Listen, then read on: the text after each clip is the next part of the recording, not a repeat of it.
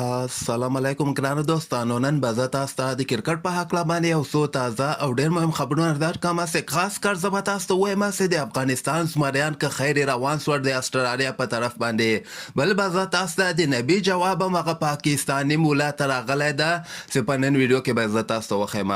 او دې نه علاوه به زه تاسو ته د هندوستان کرکټ مینوالو ته یو ډېر بد خبر ورکړم او د رحمان الله ګوربز ټیم هم کیریبین پریمیر لیګ نه آوټ شوی ده. مهم معلومات در سره شریکوم. ویډیو تر اخره پورې وګورئ، په هر څه به تاسو پوه شئ.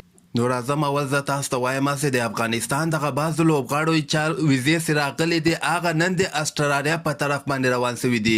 په دغه لوبغاړو کې قیس احمد د ابراهیم زدران د عثمان غني د درویش رسولي د نه علاوه عظمت الله عمرزی او فرید ملک دغه لوبغاړي دي چې نن د استرالیا په طرف باندې روان شوي دي. او دغه سره رئیس احمد زی عمر ګل دغه د استرالیا په طرف باندې روان شوي دي. نو دغه یو ښه خبر ده چې وخت استرالیا ته لاړ شي، اول ته آب و هوا سره دوی ځان بلد کې هلته خپل تمرینات ترسره کړي، نو دا به د افغانستان لپاره ګټور ثابته سي.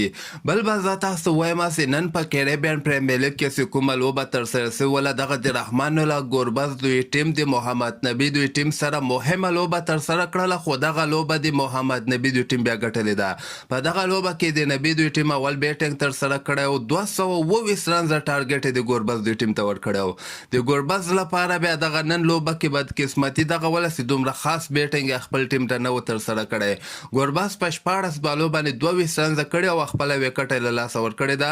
دغه د ګوربز دوی ټیم هم بیا 109 پورې دغه رنزونه رسولي او ټول اورونه ختم شوي دي. په 150 رنزو باندې د محمد نبي دوی ټیم دغه مهمه لوبه ګټلو سره هم د کیریبین پریمیر لیګ فاینل ته کوالیفای وکړله.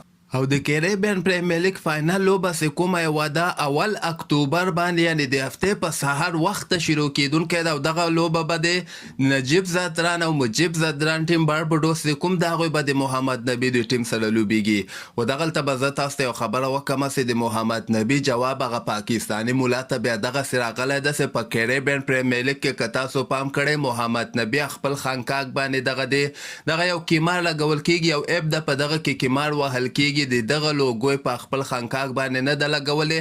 دغه نه معلومیږي چې هغه څو ورځې مخکې د پاکستاني مولا د ده په هکله باندې ویلو چې نبي باید خپل نوم بدل کړي. په نوم باندې څوک مسلمان یا د هغه عقیده څوک نسي خرابولی یا نسي بدلولی. ایمان هغلته معلومیږي چې ته عملي کوم کار وکړې. اوس محمد نبي ورته دغه ثابته کړله چې تاسو وګورئ د پاکستاني محمد عامر او اماد وسیم په خانکاک باندې هغه د کمارو لوګو ده، خو محمد نبي بیا د دغه اضافه پیسې ورکوي خو دغه د کیمارو لوګو په خپل خانکاک باندې نه پرېږدي.